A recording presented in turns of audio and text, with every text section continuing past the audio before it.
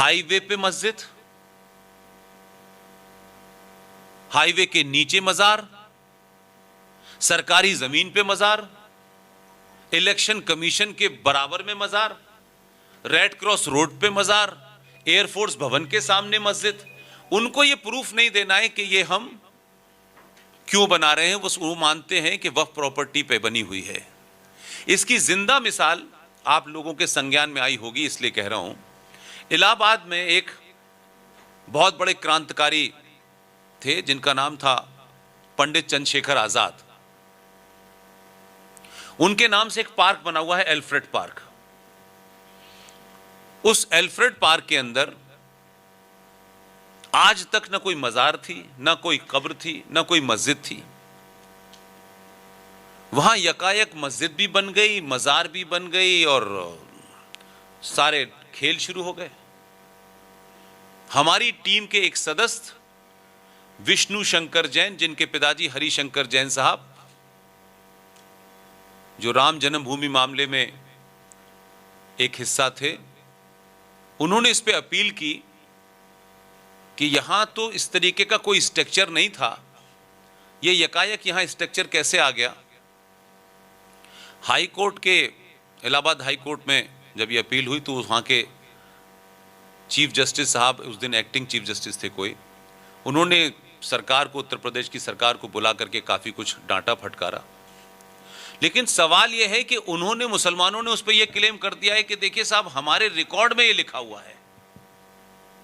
यानी एक ऐसा सफेद झूठ जो बिल्कुल पब्लिक के सामने, जिसको आप झुटला नहीं सकते, उसके ऊपर भी उन्होंने कहा साहब सन फलाने में हमारे डॉक्यूमेंट, उनके पास कहां से औरंगजेब या बाबर उनको डॉक्यूमेंट दे गया था ये मुझे नहीं पता, लेकिन वो झूठा भी डॉक्यूमेंट है तो भी आप चैलेंज नहीं कर सकते।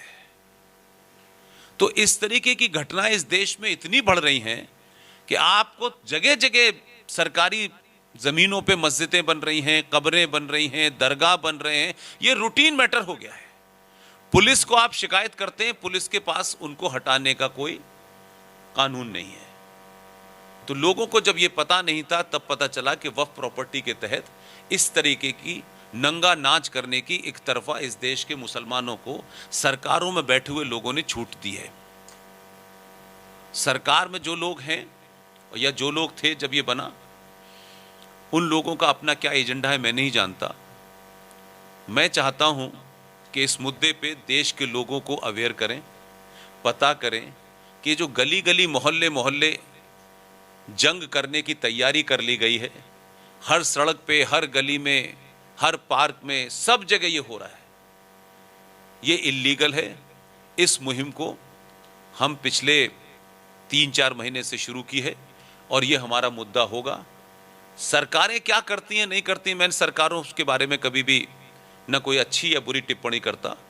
मेरा मानना है कि अगर आम नागरिक किसी मुद्दे को मुद्दा बनाएगा तो मुद्दा बनेगा, नहीं तो सरकारें अपने स्वार्थ के हिसाब से, अपने नफ़े नुकसान के हिसाब से चीज़ों को मुद्दा बनाती हैं।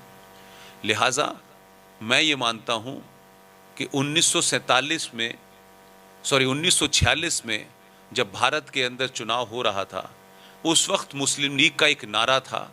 उस वक्त के जो सारे रिजल्ट हैं वो भी आपकी नॉलेज में होंगे कि 1946 के जब चुनाव हुआ तो क्या रिजल्ट आया था। देश भर में 1585 नेशनल असेंबली की, हमारे यहाँ असेंबलीज की सीट थी टोटल, उसमें 492 सीटें मुसलमानों के लिए रिजर्व थी।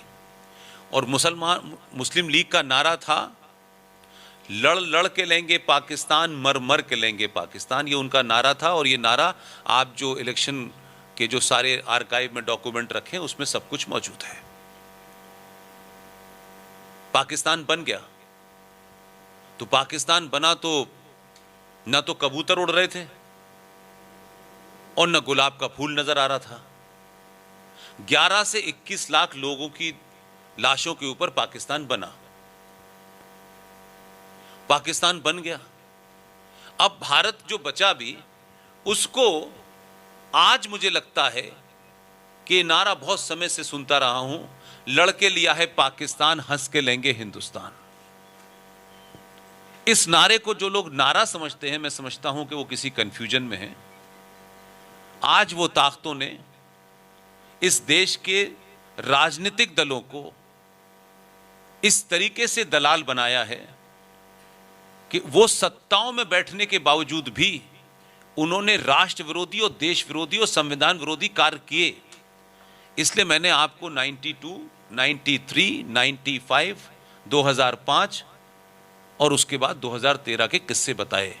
राजनीतिक दल बनते हैं, बिगड़ते हैं, टूटते हैं, सरकार आएंगी, चली जाएंगी, ये राष्ट्र रहेगा। ये राष्ट्र कोई सरकार नहीं बचाने वाली।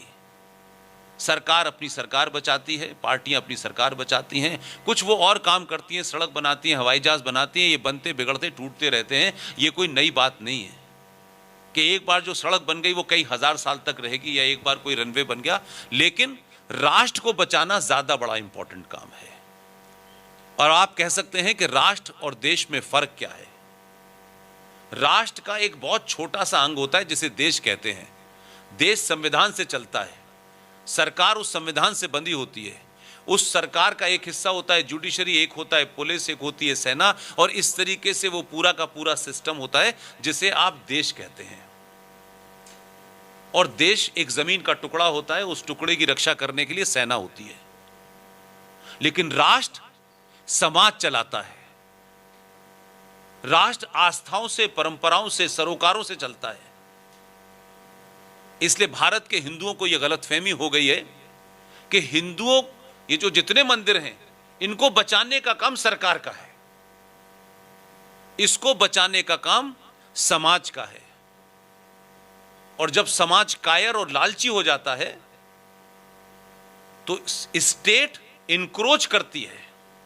इसलिए हिंदू समाज जब अपने राग में खोया हुआ है, अपने स्वार्थ में खोया हुआ है, तो कोर्ट यह तय करती है कि हिंदुत्व की परिभाषा क्या है। जिस कोर्ट का काम धाराओं के हिसाब से देश चलाना है, क्रिमिनल को सजा देना है, वो कोर्ट वो काम नहीं कर रही। वो सबरीमला के अंदर, जहां हजारों साल की परंपरा के बाद यह तय पाया गया कि कुछ साइंटिफिक कारणों से एक खास वजह पे, खास समय पे महिलाओं का उस मंदिर में जाना वर्जित है। अब कोर्ट के पास तो अपनी अकल है धाराओं की, तो कोर्ट ने यह फैसला दे दिया कि सबरीमला मंदिर के अंदर जेंडर जस्टिस नहीं है।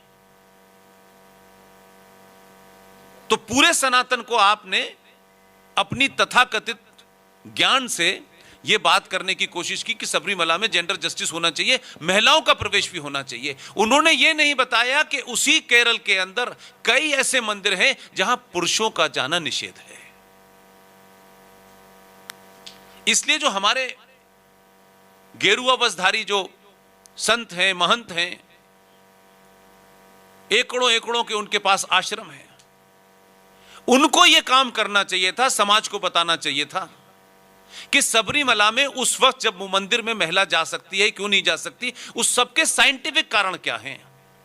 क्योंकि मैं ये आज भी मानता हूं कि ओवर द टाइम इन मंदिरों को लेकर के, या जो लोग भी इस क्षेत्र में काम कर रहे हैं, उनका अल्प ज्ञान या उनका स्वार्थ या लालच, उसने सही बात बता ही नहीं।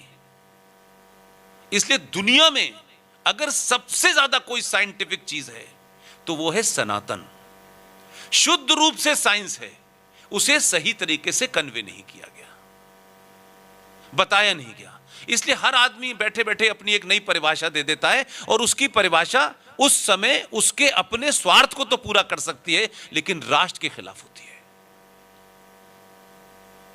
तो हमारी खामोशी, हमारे लालच ने हिंदुत्व की परिभाषा भी सुप्रीम कोर्ट ने हमें बता दी, हमने उसको भी मान लिया। लेकिन इसी सुप्रीम कोर्ट में एक वकील एक पीआईएल दाखिल करता है, और उन्हीं जजेस के सामने जो हिंदुत्व की परिभाषा दे रहे थे कि कुछ जेंडर जस्टिस मस्जिद में भी होना चाहिए, वहां मुसलमान औरत और मर्द नमाज क्यों नहीं पढ़ सकते। तो उन्होंने कहा नहीं, हम इस पर फैसला नहीं दे सकते, and what is your interest in it, you are not a party, ये कह के उन्होंने डिसमिस कर दी। तो तो हमको लगता है सरकार जो करती है वो तो अपनी जगह है। आपने संविधान को वॉयलेट किया, आपने भारत के कानून को वॉयलेट किया, और आप एक तरफा फैसला देने में तत्कालिक नजर आते हैं, और दूसरी तरफ आप कुछ भी बयान दे देते हैं, कोई भी फैसला दे देते हैं। लेकिन समाज में एक बात सबको ध्यान रखनी चाहिए, ये देश है तो सरकार है, ये राष्ट्र है तो सरकार है। सरकार से राष्ट्र नहीं है, सुप्रीम कोर्ट से राष्ट्र नहीं है। सुप्रीम कोर्ट हमारे लिए बनी है, हम सुप्रीम कोर्ट के लिए नहीं बने।